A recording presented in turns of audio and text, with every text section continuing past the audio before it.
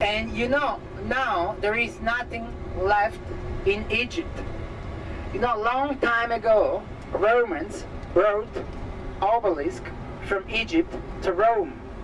British did the same. They brought mummies. Only few pyramids are still left in Egypt. They were too heavy for the Romans and for the Egyptians, for the British too. That's why the pyramid in Egypt are what is left after the Roman and British civilization. And you know, Peter was crucified somewhere in the space between the pyramids of Rome. The first pyramid still stands. Is a pyramid we have already seen before. And you know, the other pyramid stood near the Vatican State, and it was destroyed in the Middle Ages. So between this pyramid and the Vatican there is all the city of Rome. That's why we couldn't realize exactly the real spot where Peter was crucified. Let's see the city walls here to the right now. You know, the area outside the city walls was still open countryside in 1945, in 1950. It is like a city center area now. You know, in only 50 years, the population of Rome exploded. You know, now there are more than 40 million people living here. 2.5 are living in the city center, and 1.5 are living in the neighborhoods of Rome. So, we can say in only 50 years, the population of Rome became 5 times bigger. But you know, the city center is always the same. There are the typical narrow streets in the city center, exercising the body. That's why in all Roman baths you can find a library, a gym, and several swimming pools, hot, warm, and cold. And you see down to the right, we can see just the gardens inside the Karakala Baths. But you know, unfortunately, all public baths were closed. All public baths were closed in the Middle Ages. You know, at that time, in the 5th century, is the oldest and the largest hippodrome ever built in the world. Can you see on your right hand side the elliptical shape of the circus? And let's see background to the right, just behind the circus, you can see St. Peter's Dome. Have you seen the dome built by Michelangelo above the grave of Peter to direct people towards the Vatican? You know, 215,000 people could be easily accommodated here inside this circus. Did you remember the American film Ben-Hur, the chariot race, the last story of that movie? So all chariot races were held here, inside the circus. And you know, chariot races were very, very violent. Charioteers quite often died during the race.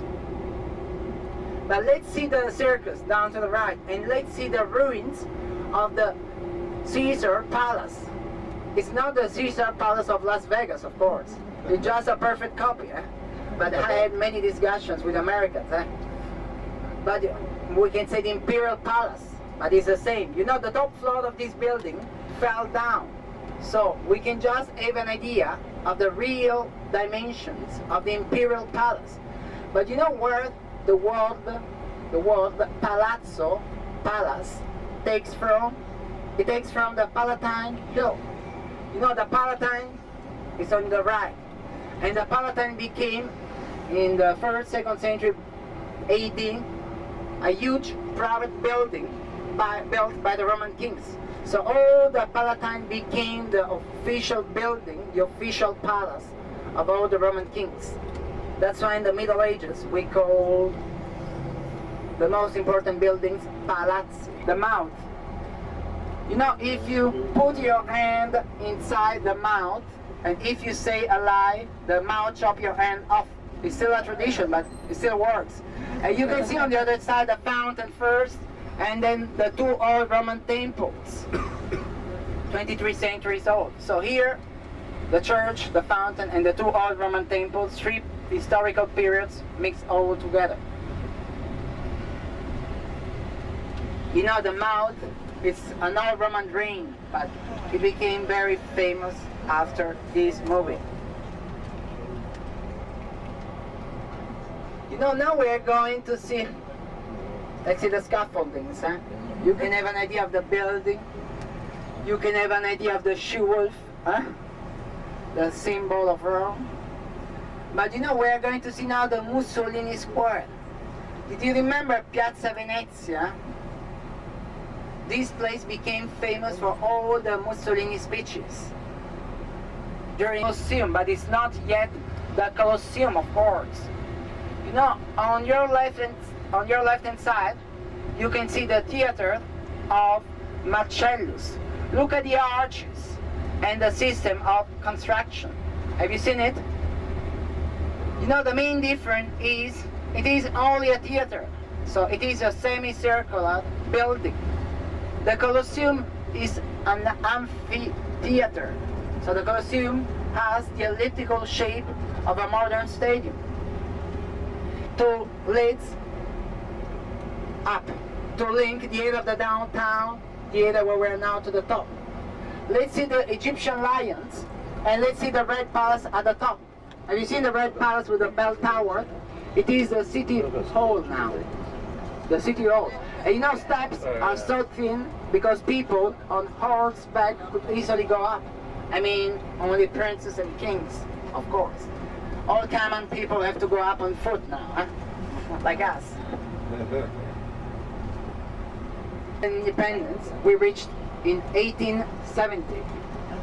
Can you see on the right, in the middle, there is a bronze equestrian statue of the first king of Italy, Vittorio Emanuele II. And let's see, down there, there is the marble statue of the goddess of Rome. But let's see at the top of the first floor. Have you seen the Italian soldiers? Have you seen the Italian soldiers? They are looking over the tomb of the unknown soldier.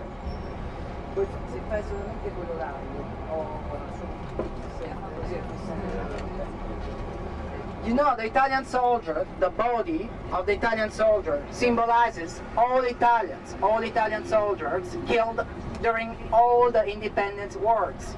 That's why 24 hours a day there are 2 Italian soldiers looking over his tomb. Not always the same, of course. Every hour, fortunately for them, there is a changing of the guards. It is Palazzo Venezia. Palazzo Venezia was the private embassy of the Republic of Venice, when Venice was still a republican state.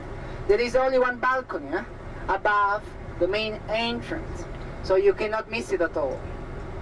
And you know, all Mussolini speeches were held from that balcony. And you know, we can say Palazzo Venezia became the government palace of Mussolini during and before the Second World War. But you know, it's very interesting to see a little bit better the memorial monument of the Italian independence. There are 3 different styles mixed all together. The Greek, the Roman, and the Egyptian styles mixed all together. But let's see, on the left there is the memorial monument, and on the right hand side, Via del Corso, which links Piazza Venezia to the main entrance to the city of Rome, Piazza del Popolo. So background, there is an obelisk there. E andiamo verso il Colosseo, dai. You know, we call the memorial monument, as a joke, the wedding cake. Let's see the monument. It's too white, it's bright. And so it's the only monument in Rome not built with travertine, with a gray stone, with a typical marble of Rome. That's why we call it, as a joke, the wedding cake. The location of this building is not very good. This building is located behind the Colosseum and the Forum. The Colosseum and the Capitol, nearby the Colosseum. Can you see background the Colosseum? You know, now we can see the Trojan column and 2 old Roman soldiers still alive after 2,000 years. Can you see the Trojan column on the left? There is a spiral ramp which climbs to the top inside the column. The column represents the golden age of the Roman Empire. You know, Trajan, 3rd century AD, conquered Romania, and after this, the Roman Empire reached its largest size. You know, always...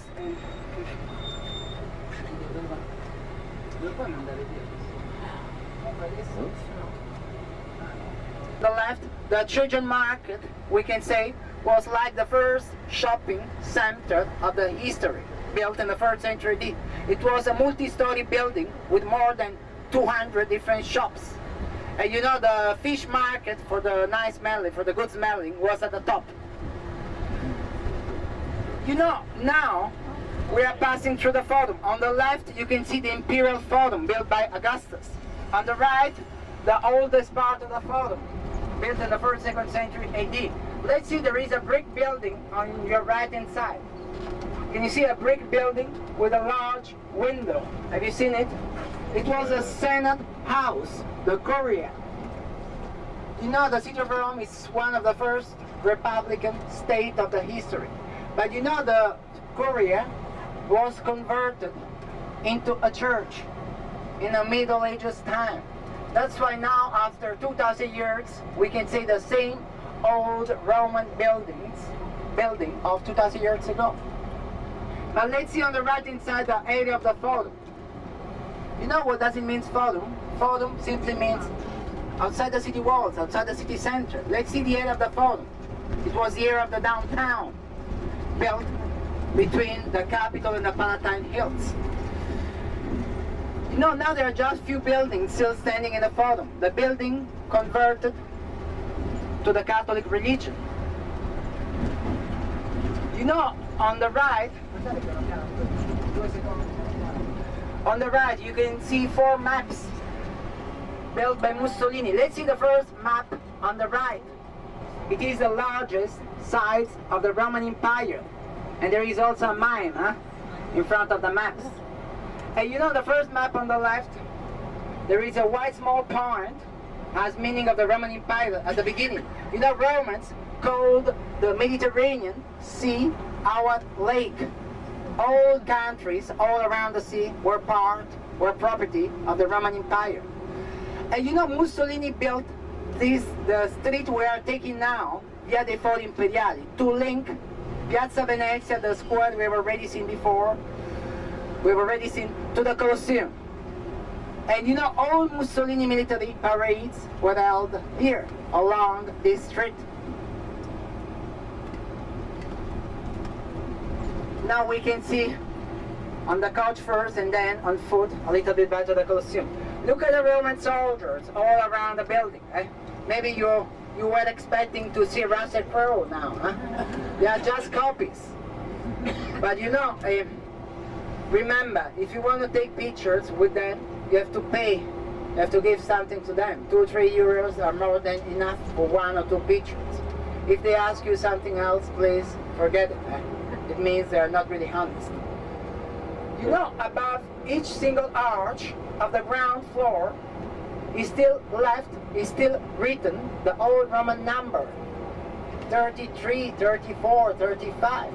So the Colosseum, as a modern stadium, is like a modern stadium. So it has 80 entrances. And you know, in later time, each spectator had his own ticket. And you know, now we can have the best view over all the exterior ring of the Colosseum. Can you see 3 arches for 3 different floors? And let's see the top floor. There is an opening, a window, as you like, at the top, above each single arch. You know, windows were necessarily to light the monument. But at the same time, if there is an opening above each single arch, top floor is not so heavy. And you know, the arch, a system of construction, gives a perfect balance for all the surrounding walls. That's why the Colosseum is perfect as a plan. You know, in 1996, for the Olympic Games in Atlanta, the American architects came here. And you know, they study and reproduce the same plan of the Colosseum to build the new Olympic Stadium.